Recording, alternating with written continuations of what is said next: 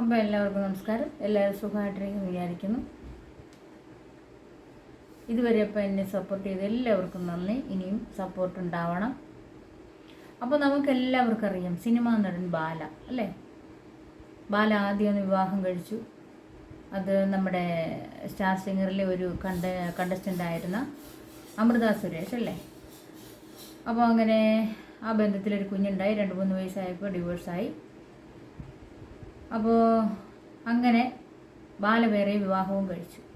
അപ്പോൾ ഡിവോഴ്സായെന്ന് കേട്ടപ്പോൾ സത്യം പറഞ്ഞാൽ നമുക്കൊരു അത്ഭുതമായിപ്പോയി. കാരണം അവർ സ്നേഹിച്ച് വിവാഹിതരായതാണ്. നല്ലൊരു ബന്ധം. നമുക്ക് ബാലയെ സത്യം പറഞ്ഞാൽ ഒരു വില്ലൻ്റെ വേഷത്തിലാണ് കണ്ടിട്ടുള്ളതെങ്കിലും ഒരുപാട് സിനിമയിലൊന്നും ഇല്ലെങ്കിൽ നമ്മൾ ഇഷ്ടപ്പെടുന്ന ഒരു നടൻ. അമൃതയാണെങ്കിലും നല്ലൊരു പാട്ടുകാരി. അധികം പ്രായമില്ല, 18 വയസ്സായപ്പോഴെങ്ങാണ്ടാണ് ബാല വിവാഹം കഴിച്ചത്. അധികം പക്വത എത്താത്തൊരു പ്രായം. അപ്പോൾ അങ്ങനെ ഒരു പെൺകുഞ്ഞുണ്ട്. അപ്പോൾ അങ്ങനെ ഇരിക്കുകയാണ് ബന്ധം വേർപെടുത്തിയതല്ലേ. ബാല വേറെ വിവാഹം കഴിച്ചു. അപ്പം അത് കഴിഞ്ഞിട്ട് കുറച്ച് നാൾ കഴിഞ്ഞപ്പോൾ അമൃതയും വേറെ വിവാഹം കഴിച്ചു. ആര്? ഗോപി സുന്ദർ അല്ലേ. അതവിടെ ഗോപി സുന്ദറിൻ്റെ കാര്യം അവിടെ നിൽക്കട്ടെ. അപ്പോൾ ബാല എലിസബത്ത് എന്ന് പറയുന്ന ഒരു ഡോക്ടറെയാണ് വിവാഹം കഴിച്ചത്.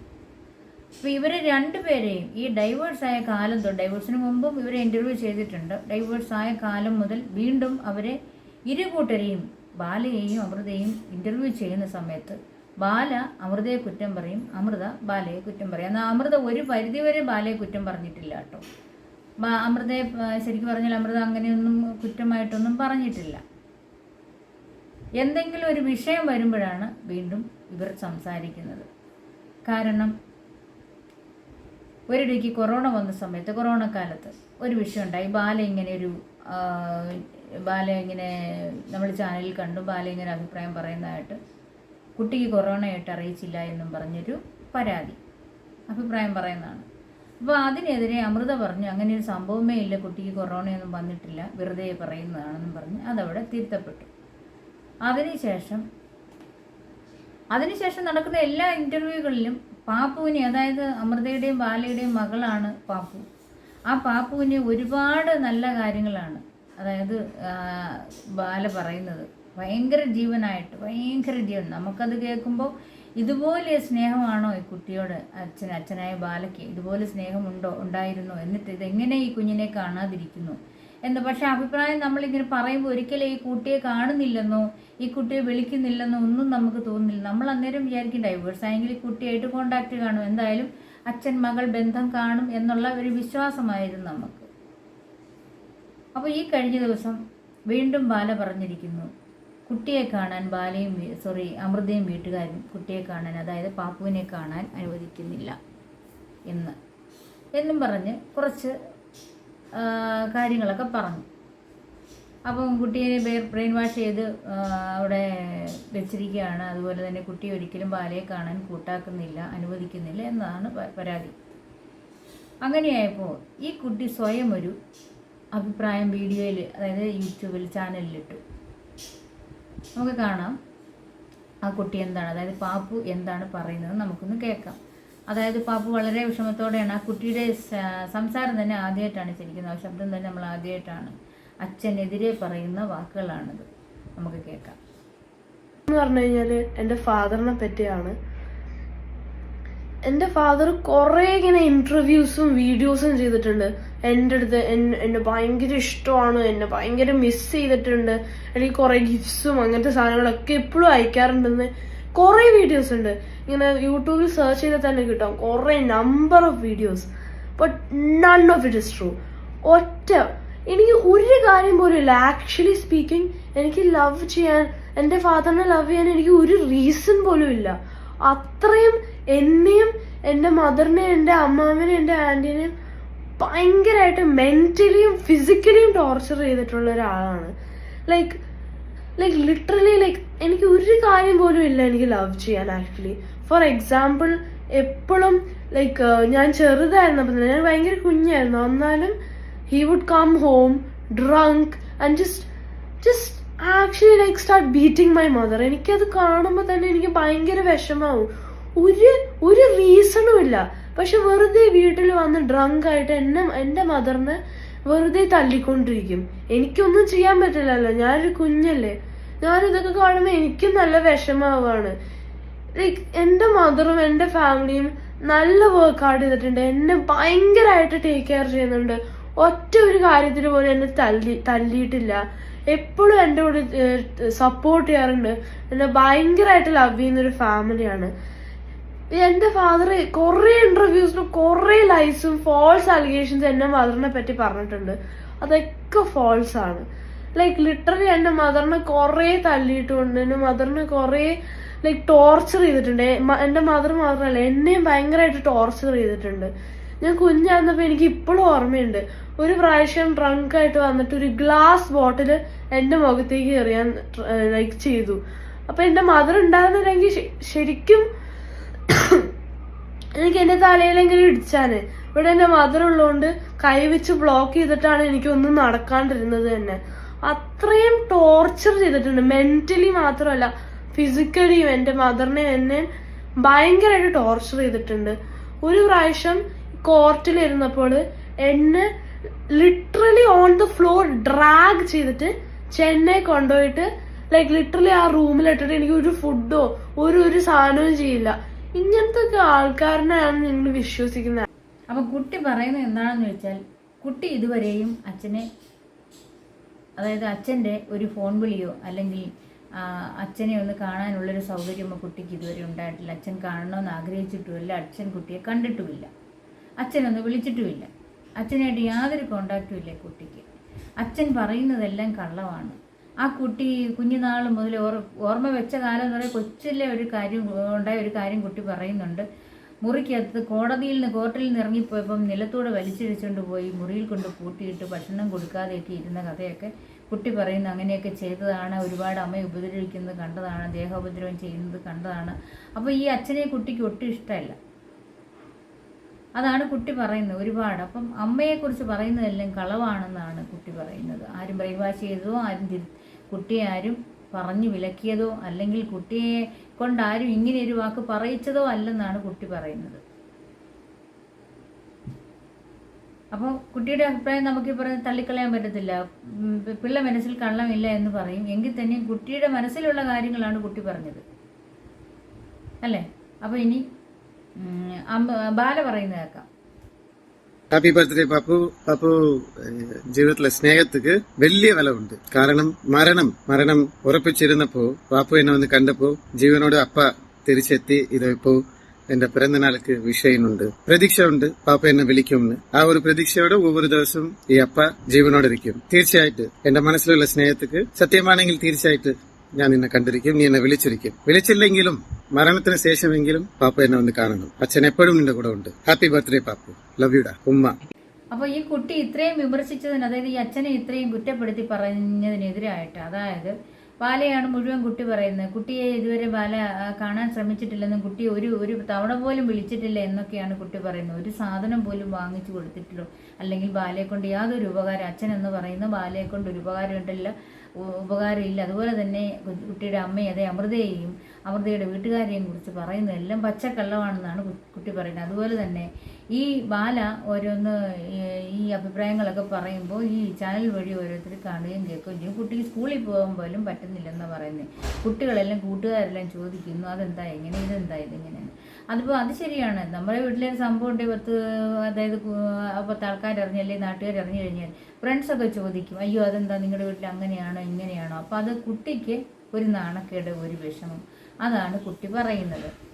അപ്പം ഇതിന് ബദലായിട്ട്, ഈ കുട്ടി പറഞ്ഞതിന് ബദലായിട്ട് ബാല പറയുന്നത് എന്താണെന്ന് വെച്ച് കഴിഞ്ഞാൽ, അച്ഛനാണെന്ന് പറഞ്ഞല്ലോ, എന്തായാലും അച്ഛനാണെന്ന് പറഞ്ഞു, അത് സമ്മതിച്ചു, അച്ഛൻ തന്നെയാണ് സമ്മതിച്ചു.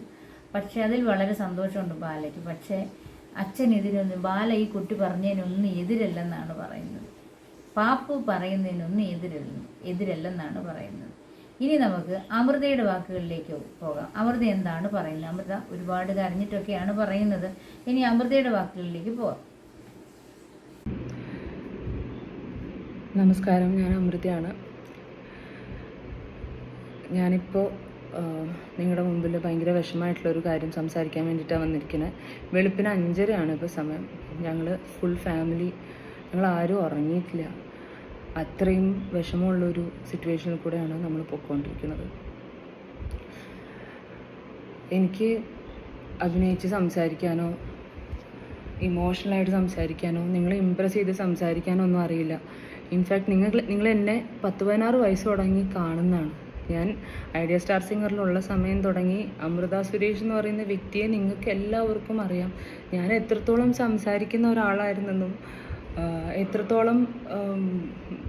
എത്രത്തോളം ഇമ്പ്രസ് ചെയ്യാൻ പറ്റുന്ന ഒരാളാണെന്നൊക്കെ നിങ്ങൾക്ക് എല്ലാവർക്കും നന്നായിട്ട് അറിയാം. ഞാൻ പലപ്പോഴും എന്നല്ല, ഈ 14 വർഷമായിട്ട് മിണ്ടാണ്ടിരിക്കുകയാണ് ഉണ്ടായിട്ടുള്ളത്. എൻ്റെ സൈലൻസ് എന്നെ ഒരുപാട് വെറുക്കാനുള്ള സിറ്റുവേഷൻ ഉണ്ടാക്കിയിട്ടുണ്ട്. ഞാൻ ഇത്ര നാളും മിണ്ടാണ്ടിരുന്നത് കൊണ്ട് തന്നെ ഞാൻ നിങ്ങൾ ആരെയും കുറ്റപ്പെടുത്തുന്നില്ല കേട്ടോ. കാരണം വെച്ച് കഴിഞ്ഞാൽ നിങ്ങൾക്ക് ആർക്കും ഒരു കാര്യം, ഒരു സത്യാവസ്ഥയും അറിയില്ല. കാരണം ഞാൻ സൈലൻ്റ് ആയിരുന്നു. പക്ഷേ ഇന്ന് ഞാൻ ഒരേ ഒരു പ്രാവശ്യം ഇതിനു മുമ്പ് ഇതേപോലെ ഒരു വീഡിയോ ചെയ്ത് വന്നിട്ടുള്ളൂ. അന്ന് പാപ്പുവിൻ്റെ മേലിൽ ഒരു ഫേക്ക് ന്യൂസ് ബാലചേട്ടനായിട്ട് കൊടുത്തിട്ടുണ്ടായിരുന്നു. കോവിഡ് വന്ന് ഞാൻ കാണിച്ചില്ല എന്നുള്ള ഒരു ഫേക്ക് ന്യൂസ്. പിന്നീട് അത് ചാനലുകാർ തന്നെ വന്ന് പ്രൂവ് ചെയ്തതാണ്. അത് ബാലചേട്ടൻ തന്നെ വിളിച്ച് അവരെ കൊണ്ട് ഇട്ട ഒരു ഫേക്ക് ന്യൂസ് ആണെന്ന് പറഞ്ഞിട്ട്. അപ്പോൾ അന്ന് ഫസ്റ്റ് ടൈം പാപ്പുവിനെ ഡ്രാഗ് ചെയ്തൊരു സിറ്റുവേഷനിലേക്ക് ഇട്ടപ്പോഴാണ് ഞാൻ ആദ്യമായിട്ട് സംസാരിച്ചത്. അതിനുശേഷം ഇന്നാണ് ഞാൻ വീണ്ടും സംസാരിക്കണം. ഞാൻ മിണ്ടാണ്ട് ഇരുന്നപ്പോൾ എന്നെ അത്രത്തോളം നിങ്ങളെല്ലാവരും വെറുക്കുന്നുണ്ടെന്ന് എനിക്കറിയാം. ഞാൻ ആ വെറുപ്പിനെ ഒരിക്കലും മാറ്റാൻ ശ്രമിച്ചിട്ടുമില്ല. ആ വെറുപ്പ് മാറ്റി സ്നേഹമാക്കാൻ ശ്രമിച്ചിട്ടും ഇല്ല.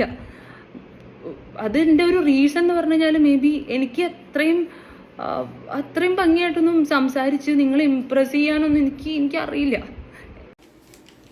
അപ്പോൾ അമൃത പറയുന്നത് എന്താണെന്ന് വെച്ച് കഴിഞ്ഞാൽ, ഒരുപാട് ബാല ദേഹോപദ്രവം ഏൽപ്പിക്കുമായിരുന്നു വിവാഹം കഴിഞ്ഞ സമയത്ത്. ഒരുപാട് ഉപദ്രവിക്കുമായിരുന്നു, ചോരയൊക്കെ തുപ്പുമായിരുന്നെന്ന്. ഇത് വീട്ടുകാരെ ഒന്നും അറിയിച്ചിരുന്നില്ല. അതായത് അമൃതയുടെ വീട്ടുകാരെയൊന്നും അറിയിച്ചില്ല, അനിയത്തി അച്ഛനെയൊന്നും അറിയിച്ചിരുന്നില്ല. കാരണം അവർ വിഷമിക്കുമെന്ന് ഓർത്ത് പറഞ്ഞില്ല. ഒരുവിധം പെൺകുട്ടികളെല്ലാം അങ്ങനെയാണ്. ഭർത്താവിൻ്റെ വീട്ടുകാരുടെ അടുത്തുനിന്നോ ഭർത്താവിൻ്റെ കയ്യിൽ നിന്നോ ഇതുപോലെ എന്തെങ്കിലും മാനസികമായിട്ടുള്ള, അതായത് ശാരീരികമായിട്ടുള്ള ബുദ്ധിമുട്ടുകളൊക്കെ ഉണ്ടാക്കണം വീട്ടിലറിയിക്കത്തില്ല. അവർ വിഷമിക്കുമല്ലോ എന്ന് ഓർത്തിട്ടാണ് ഇത് സ്വയം സഹിക്ക് എരിഞ്ഞടങ്ങുകയാണ്, സ്വയം ഉരുകിത്തീരുകയാണ്, അങ്ങനെ ആരോടും പറയാതെ. അപ്പോൾ ഇവിടെ ബാല ഒരുപാട് ഉപദ്രവിക്കുമായിരുന്നു. അതുപോലെ തന്നെ ഈ വിവാഹത്തിൻ്റെ എൻഗേജ്മെൻറ്റ് കഴിഞ്ഞപ്പോൾ തന്നെ വീട്ടുകാർ, അതായത് അമൃത സുരേഷ് അറിഞ്ഞു എന്താണ് ബാല മുൻപ് ഒരു ചന്ദന സദാശിവ റെഡ്ഡിയാർ എന്ന് പറഞ്ഞൊരു സ്ത്രീ വിവാഹം കഴിച്ചു. അതിനുശേഷം ഡൈവേഴ്സ് കഴിഞ്ഞതിന് ശേഷമാണ് ഇപ്പം അമൃതയെ വിവാഹം കഴിക്കുന്നതെന്ന്. എന്നിട്ട് അമൃത വിവാഹം കഴിച്ചു എന്നുള്ളതാണ്. കാരണം അതുപോലെ ബാലയെ അമൃത സ്നേഹിച്ചിരുന്നു. കൊച്ചുകുട്ടിയായിരുന്നില്ലേ, 18 വയസ്സെന്ന് പറഞ്ഞാൽ ഒരുപാട് പക്വതയില്ലാത്ത പ്രായമാണ്, കൊച്ചുകുട്ടിയാണ്. കാരണം ആരോടും നല്ലൊരു സ്നേഹം തോന്നുന്ന, വക്രതയും അല്ലെങ്കിൽ കടന്നൊന്നും ചിന്തിക്കാൻ പറ്റാത്ത ഒരു പ്രായം. അപ്പോൾ വീട്ടുകാർക്ക് ഇഷ്ടമില്ലായിരുന്നു. വീട്ടുകാരെ ഒരുപാട് നിർബന്ധിച്ച്, അതായത് ശാഠ്യം പിടിച്ചത് വീട്ടുകാർക്ക് ഇഷ്ടമില്ലാതിരുന്നൊരു ബന്ധം, ബാലയായിട്ടുള്ള ബന്ധം ഇഷ്ടമില്ലായിരുന്നു. ഇപ്പം വിവാഹം കഴിച്ച കാര്യം തന്നെ അമൃതയും വീട്ടുകാരും അറിഞ്ഞത് സംഗീത സംവിധായകനായ രാജാമണി സാർ പറഞ്ഞിട്ടാണ്. എന്നിട്ടും അമൃത ബാലയെ വിവാഹം കഴിച്ചു. അതുപോലെ സ്നേഹമായിരുന്നു. പക്ഷേ അതിനുശേഷം വിവാഹം കഴിച്ച ശേഷം ഒരുപാട് പീഡനങ്ങൾ ആ കുട്ടി സഹിച്ചു എന്നാണ് പറയുന്നത്. ഒരുപാട് പീഡിപ്പിച്ച ആ കുട്ടിയെ. അപ്പോൾ അങ്ങനെയൊക്കെയാണ് ശരിക്കും പറഞ്ഞാൽ ഒരു കുഞ്ഞുണ്ടായി ഡൈവേഴ്സിലേക്ക് നീങ്ങിയതും. പിന്നെ തമ്മിൽ യാതൊരു ബന്ധവുമില്ല.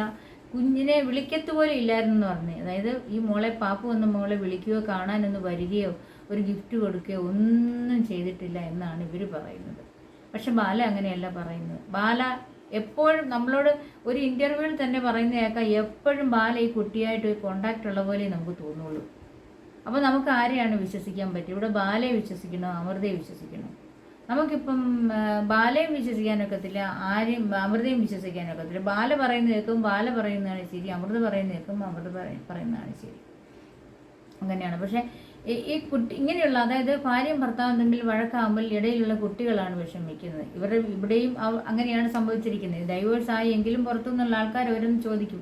കാരണം ഓരോ ഇൻ്റർവ്യൂവിലും വന്നിരുന്ന് ബാല അമൃതയ്ക്കെതിരായിട്ട് പറയുമ്പോൾ ഈ കുട്ടിയൊക്കെയാണ് ശരിക്കും പറഞ്ഞ് ഫീൽ ചെയ്യുന്നത്. കാരണം കൊച്ചു കുട്ടിയെല്ലാം ഒരു 10-13 വയസ്സായ കുട്ടിയാണ്.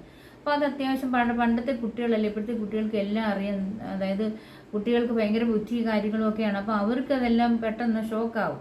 കുട്ടി പറയുന്നത് കൂട്ടുകാരൊക്കെ അതും ഇതൊക്കെ ചോദിക്കുന്നത് കുട്ടിയെ മാനസികമായിട്ട് അലട്ടുന്നു എന്നാണ് പറയുന്നത്. പക്ഷേ എനിക്കൊരു കാര്യം, അതൊക്കെ ശരിയായിരിക്കും, ബാലയുടെ കാര്യങ്ങളെല്ലാം ശരിയാണ്. ബാല ചിലപ്പോൾ ഉപദ്രവിച്ച് കാണാം, ബാല ആദ്യം വിവാഹം കഴിച്ച് കാണും, അത് മറച്ചു വെച്ചിട്ടായിരിക്കും അമൃതയെ സ്നേഹിച്ച് കല്യാണം കഴിച്ച്, അത് ശരിയായിരിക്കും. അമൃതയെ ഒരുപാട് ഉപദ്രവിച്ച് കാണും. അതുപോലെ തന്നെ ഈ പറയുന്ന അമൃത പറഞ്ഞ കാര്യങ്ങളെല്ലാം സത്യം തന്നെയാണ്. അങ്ങനെയാണ് ഡൈവേഴ്സ് ആയത്. അതൊക്കെ കറക്റ്റായിരിക്കാം.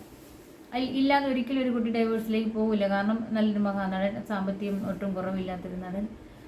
അപ്പം എന്തായാലും രണ്ടുപേരും സെലിബ്രിറ്റികളാണ്. അമൃത നല്ലൊരു ഗായിക.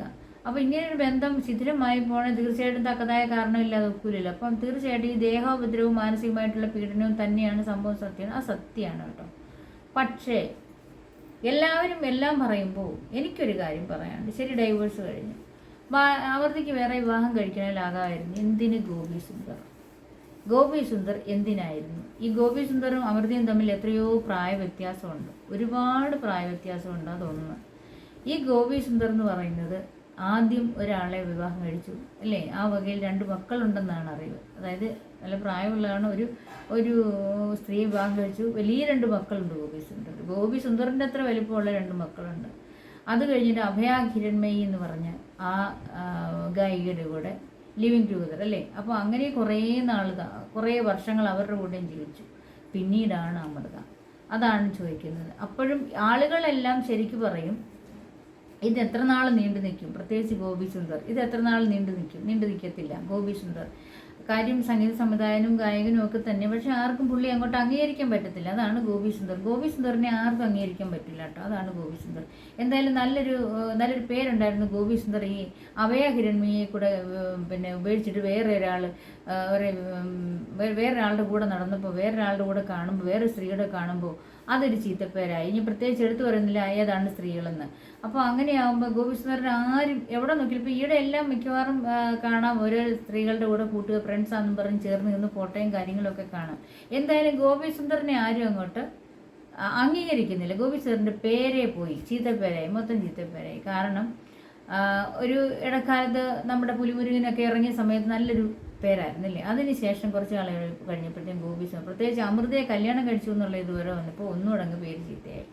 അമൃതയെ കല്യാണം കഴിച്ചതിൻ്റെ പുറത്തല്ല, അമൃത എന്തിനാണ് ഗോപി സുന്ദറിനെ കല്യാണം കഴിച്ചത് എന്നുള്ളൊരു പേരിലാണ് ഗോപി സുന്ദറിന് ചീത്തപ്പേര്. കാരണം ഗോപി സുന്ദറിനെ ആർക്കും അങ്ങോട്ട് അംഗീകരിക്കാൻ പറ്റുന്നില്ല എന്നുള്ളതാണ് സത്യം. ഈ പറഞ്ഞ എനിക്ക് പോലും സത്യം പറയാനോട് വിയോജിപ്പാണ്. ഒരുവിധം എല്ലാവർക്കും വിയോജിപ്പാണ്. കാരണം ഇത്രയും നല്ലൊരു കുട്ടി, അമൃത സുരേഷ് എന്ന് പറയുന്നത് ഇത്രയും നല്ലൊരു കുട്ടി, ആദ്യത്തെ ഡൈവേഴ്സായി, കാര്യം ശരി തന്നെ, വീണ്ടും ഈ ഗോപി സുന്ദറിനെ കല്യാണം കഴിച്ചു. അതിൽ ആ ഒരു കാര്യത്തിൽ മാത്രമേ ഉള്ളൂ അമൃതയോട് എല്ലാവർക്കും വിയോജിപ്പ്. ബാലയുടെ കാര്യത്തിൽ ബാല പറയുന്നതാണ് എല്ലാം സത്യമെന്ന് വിചാരിച്ചുകൊണ്ടാണ് ഇത്രയും നാൾ ആളുകൾ ഇരുന്നത്. അപ്പോൾ ഇപ്പോൾ അമൃത ഇതുവരെ പറയാത്ത പല കാര്യങ്ങളും ഇപ്പം മീഡിയയിൽ വന്ന് പറഞ്ഞു. അതുപോലെ തന്നെ കുട്ടിയും അതുപോലെ തന്നെ പല അഭിപ്രായങ്ങളും കുട്ടിയുടെ അച്ഛനായ ബാലയെക്കുറിച്ച് പറഞ്ഞിരിക്കുന്നതുകൊണ്ട് എന്തായാലും ആൾക്കാർക്ക് എന്തായാലും ഒരു ധാരണയൊക്കെ എത്തിയിട്ടുണ്ടല്ലേ. അപ്പോൾ എന്തായാലും നമുക്ക് എല്ലാവർക്കും ഒരു സംസാരത്തിനും, അതായത് ഇപ്പം ഞാൻ സംസാരത്തിന് കാരണം വെച്ചാൽ നമുക്ക് അറിയത്തില്ല ഓരോ ആൾക്കാരുടെ മനസ്സിൽ എന്താണ്. അതുപോലെ തന്നെ നമ്മൾ ആൾക്കാരെ കാണുന്ന പോലെ അവർക്കൊക്കെ ഒരുപാട് മഹാസംഭവങ്ങൾ അവരുടെ ഉള്ളിൽ, അവരുടെ വീടുകളിൽ നടക്കുന്നുണ്ട്. നമ്മുടെയൊക്കെ സാധാരണക്കാരുടെ വീടുകളിലൊന്നും ഒന്നുമില്ല. അതാണ് സംഭവം. വലിയ വലിയ വീടുകളിലാണ് വലിയ വലിയ വിഷയങ്ങൾ, സാധാരണക്കാരിൽ ചിന്ന വിഷയങ്ങൾ. അപ്പോൾ എല്ലാ വീടുകളിലും ഞാനിപ്പോൾ പറയുകയാണ്, ഒരു മദ്യപാനിയായിട്ടുള്ള അച്ഛനാണെങ്കിലും, ഒരുപാട് കോപമുള്ള അച്ഛനാണെങ്കിലും അകാരണമായിട്ട് ഭാര്യയെയും മക്കളെയും ഉപദ്രവിക്കുകയും മാനസികമായിട്ടും ശാരീരികമായിട്ടും പീഡിപ്പിക്കുകയും ചെയ്തു കഴിഞ്ഞാൽ ഭാര്യ ഒരു പക്ഷേ അഡ്ജസ്റ്റ് ചെയ്യും, മക്കൾ ഒരിക്കലും അഡ്ജസ്റ്റ് ചെയ്യൂല. കാര്യം ഭാര്യ അഡ്ജസ്റ്റ് ചെയ്യും, ഒരു പരിധിവരെ അഡ്ജസ്റ്റ് ചെയ്യും. പണ്ടത്തെ കാലത്ത് അഡ്ജസ്റ്റ് ചെയ്യുമെന്ന് പറഞ്ഞു കഴിഞ്ഞാൽ അവർക്ക് തിരിച്ച് വീട്ടിലോട്ട് പോകാൻ പറ്റില്ല. കാരണം വീട്ടുകാർക്ക് ഭാരമാവില്ലേ. അതുകൊണ്ട് അഡ്ജസ്റ്റ് ചെയ്തു. ഇപ്പോഴത്തെ കുട്ടികൾക്കെന്ന് പറഞ്ഞാൽ സ്വന്തമായിട്ടൊരു 10 രൂപ വരുമാനം, എഡ്യൂക്കേറ്റഡ് ആയിട്ടുള്ള പിള്ളേരായതുകൊണ്ട് അവർക്ക് സ്വന്തമായിട്ടൊരു 10 വരുമാനം ഉള്ളതുകൊണ്ട് അവർക്ക് എങ്ങനെയും ഡൈവേഴ്സിലേക്ക് അവർ പോകും. കുഞ്ഞുങ്ങളായാലും കുഞ്ഞുനാൾ മുതൽ കണ്ടുവരുമ്പോൾ ഈ അച്ഛൻ്റെ സ്വഭാവം, അച്ഛൻ എങ്ങനെയാണ്, ഏത് രീതിയിലാണ്, സ്നേഹമുള്ള ആളാണോ, അതായത് ദേഷ്യക്കാരനാണോ, ദേഹോപദ്രവം ഏൽപ്പിക്കുമോ, ഇത് കണ്ട് കുഞ്ഞുങ്ങളുടെ മനസ്സ് വേറൊരു തലത്തിലേക്ക് മാറും. അച്ഛനെതിരാവും ആ മനസ്സ്. പിന്നെ എന്ത് തന്നെ അച്ഛൻ കൊണ്ടു കൊടുത്താലും എന്ത് തന്നെ സ്നേഹം കാണിച്ചെന്ന് പറഞ്ഞാൽ ഈ കുട്ടികളുടെ മനസ്സിൽ അതൊരു സംഭവം, ഒരു മനസ്സിൻ്റെ ഒരു കോണിൽ അവരുടെ മനസ്സിൽ പതിഞ്ഞു വെച്ചാൽ മോശമായിട്ടുള്ള കാര്യങ്ങളാവും അവരുടെ മനസ്സിൽ കിടക്കുക. അപ്പോൾ എന്താണെന്ന് പറഞ്ഞാൽ ഈ അച്ഛന്മാർ ഇത്രയും ക്രൂരത കാണിച്ചിട്ട് പിന്നീട് അച്ഛൻ, ഇപ്പം ഞാൻ പറയുവാണ്, നമ്മൾ എങ്ങനെ ഏത് രീതിയിലാണ് മക്കളെ വളർത്തിക്കൊണ്ടുവരുന്നത്, അതായത് അവർക്ക് സ്നേഹം കൊടുത്തും അവർക്ക് ആവശ്യത്തിനുള്ള കാര്യങ്ങൾ കഷ്ടപ്പെട്ട് ചെയ്തും വളർത്തിയെങ്കിൽ മാത്രമേ ആ കുഞ്ഞുങ്ങളുടെ മനസ്സിൽ നല്ലൊരു ഇമേജ് അച്ഛനെ കുറിച്ചുണ്ടാവുള്ളൂ. അതേപോലെ ഇതുങ്ങളെ ഓർമ്മ വയ്ക്കുന്ന നാളെ മുതൽ ഈ അച്ഛൻ്റെ ഈ ഒരു മോശമായിട്ടുള്ള സ്വഭാവം കണ്ടു വളരുന്ന മക്കളാണെങ്കിൽ അയ്യോ അച്ഛന് വയ്യാതാവുന്ന കാലത്ത് അച്ഛന് തീരെ എപ്പോഴും അച്ഛൻ ഒരുപോലെ ഇരിക്കത്തില്ല, നല്ലൊരു പ്രായമാകുന്ന സമയത്ത് അച്ഛന് സ്വയം ജോലി ചെയ്ത് സ്വന്തം ഭക്ഷണം കഴിക്കാനോ മരുന്ന് വാങ്ങിക്കാനോ പറ്റാത്ത സമയത്ത് ഈ മക്കൾ വേണം കൊടുക്കാൻ. അന്നേരമാണ് ഈ മക്കൾ പക വീട്ടുന്നത്. കാരണം ഈ കുഞ്ഞുങ്ങളെ ഒരുപാട് ദ്രോഹിച്ചതാണ്. അപ്പോൾ ആ പക മുഴുവനും ഈ മക്കൾ കാണിക്കും അന്നത്തെ കാലത്ത്. അപ്പോൾ അതുകൊണ്ട് എല്ലാ അച്ഛന്മാരും മനസ്സിൽ സൂക്ഷിക്കേണ്ട ഒരു കാര്യമുണ്ട്, ഓർമ്മ വയ്ക്കേണ്ട ഒരു കാര്യമുണ്ട്. മക്കളുണ്ടായാൽ മക്കളെ ഒരുപാട് അവർ തെറ്റ് ചെയ്യാതെ അവരെ ശാസിക്കരുത്, അകാരണമായിട്ട് ശിക്ഷിക്കരുത്, മാനസികമായിട്ട് പീഡിപ്പിക്കരുത്. സ്നേഹവും സന്തോഷവും സമാധാനവും കൊടുക്കുക കുഞ്ഞുങ്ങൾക്ക്. എങ്കിൽ മാത്രമേ നമുക്കൊരു പ്രായമായി കഴിയുമ്പോൾ മക്കളോട് ഒരു 10 രൂപയ്ക്കോ അല്ലെങ്കിൽ ഒരു മരുന്നിനോ നമുക്ക് ധൈര്യമായിട്ട് അവരോട് കൈ നീട്ടാനോ, അല്ലെങ്കിൽ കൈ നീട്ടാതെ തരാത്ത മക്കളാണെങ്കിൽ നമ്മൾ കൈ നീട്ടും, നമ്മൾ വാങ്ങിക്കും, ചോദിച്ച് വാങ്ങിക്കും.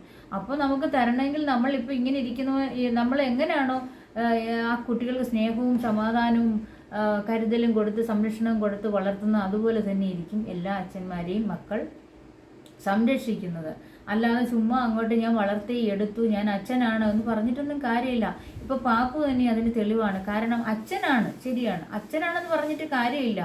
ഡൈവേഴ്സ് ആയെങ്കിലും ഒരു അച്ഛന് മകളെ കാണണമെന്ന് കോടതി അനുവദിക്കും, കാണാൻ അനുവദിക്കും, വിളിക്കാൻ അനുവദിക്കും.